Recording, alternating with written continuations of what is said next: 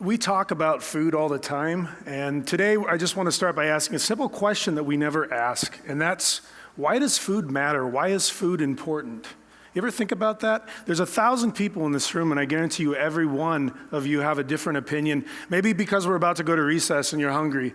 Maybe because of political convictions or environmental convictions or of culture, nature, whatever. We all have these different things that fuel us. So when we talk about food, we're not in the realm of opinion, we're in the realm of passion, and we're in the realm of conviction.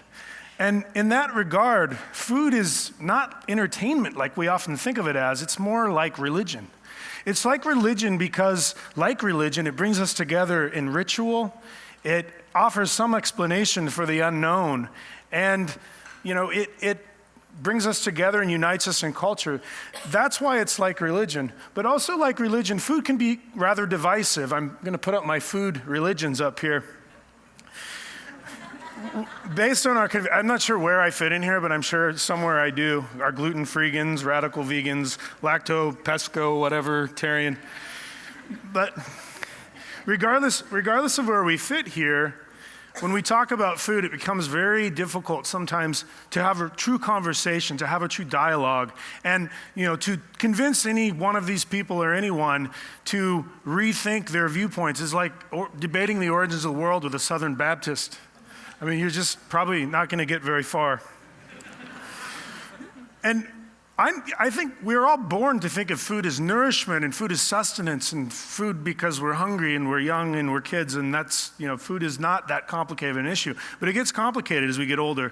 And the first time I felt complicated or conflicted about food was when I moved to Ireland. I was 23 years old. I just finished college and I worked at a youth hostel. And I was for the first time surrounded by people from all over the world, Italians and French and Japanese, and we'd come together and we'd eat and we'd break bread and we'd share.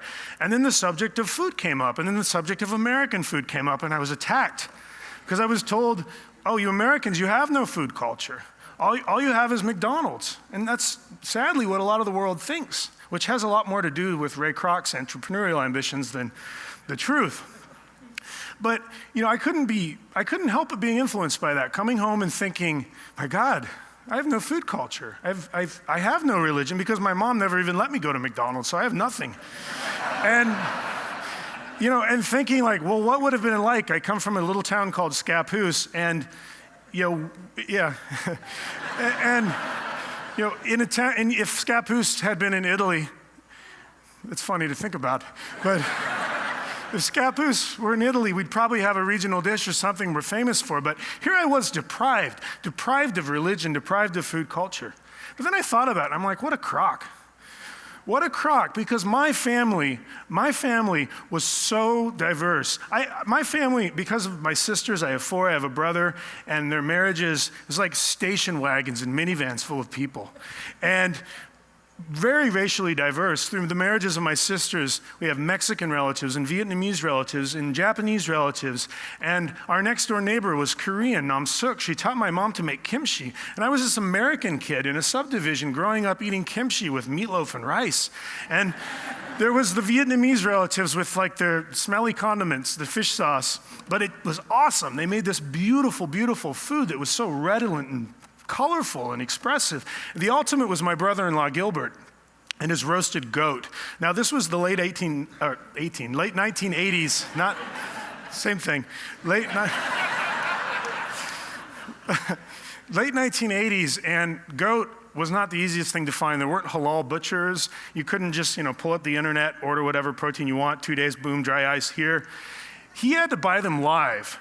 Once the family rumor from a petting zoo, I don't know if I believe that, but he would buy them live, tie them up in the backyard, the kids would play for him for a week, he'd slaughter them, skin them, and he'd make this amazing goat, because it was part of his culture, it's who he was, and he couldn't find goat otherwise. So our family, this big, loud, crazy family, just like yours, would come together, and regardless of the complications, we were brought together over food. And that was American food. And that's American food to a lot of people. But I realize you're thinking, well, my family wasn't like that. And that may have been true, but it kind of sounds familiar, doesn't it? Because to a lot of us who live in Portland, or regardless of where you're from, think about things like food carts. Like when you walk down 10th or 11th Avenue here in Portland, and you pass like the Korean cart, past non-common which is my favorite, past, big-ass sandwiches or whatever it is. And there's all these different influences, and they're all coming together, and that's American food. And the ritual of food is what unites it, regardless of how it's manifested. So that's what's so important about food. It's bringing these real communities together. So why is food important? When we think about food as bringing communities together, I wish when we think about how we plan our cities or we think about how we invest in industries, why don't we ask that question? Why is food important? Because we don't often do. And while we're talking about the next great neighborhood, or we're talking about how to revitalize this public space, a guy named Andy Ricker from Pok Pok, you guys been there? He opens up this little Thai shack on Division Street, which is the sleepiest place in Southeast Portland when he opened it up. And, while the debate is happening, look at that street now. It's one of the most famous Thai restaurants in the world, rightfully so. And people come from all over the place. And now there's apartments going up, and everyone wants to live there. There's ice cream shops, and this real community is happening. And if anyone's ever had those wings, that's why. So when we ask the question, food is really changing the built environment. But it's not the first time food and the built environment intertwined. I love these photos. When we think about what happened in the post-war years, like what happened in post-war America, where we decided we'd abandon our food culture, we'd abandon our grandmother's recipes, and this is a bit of a generalization, and we'd move toward a culture where we didn't value real food, where we value convenience. So in that regard, maybe my European friends were partly right, though an oversimplification, because food has had its effect. But it makes me think, though, now what's happening in food is just expressive and amazing.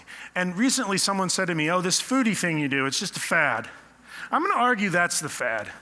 And I hope that's the fad. And I hope not to say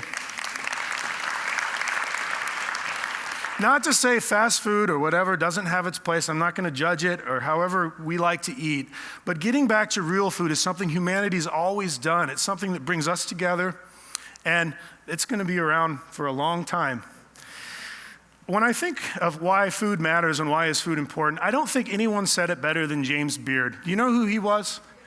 James Beard was from Portland. He's also the most famous gastronomical figure and most influential of the 20th century, inspired by all the bounty that inspires you. He said, food is our common ground, our universal human experience. Now think about that. Regardless of what food religion you're in or what camp you're in, the most important thing about food is its power to unite and bring people together. So forget about all that other stuff and don't abandon your convictions, but remember what makes it important. The power of food to bring a family together, the power of food to bring a community together, to bring a city together, and this little planet we're on floating on space, I think it can bring that together too. Thanks.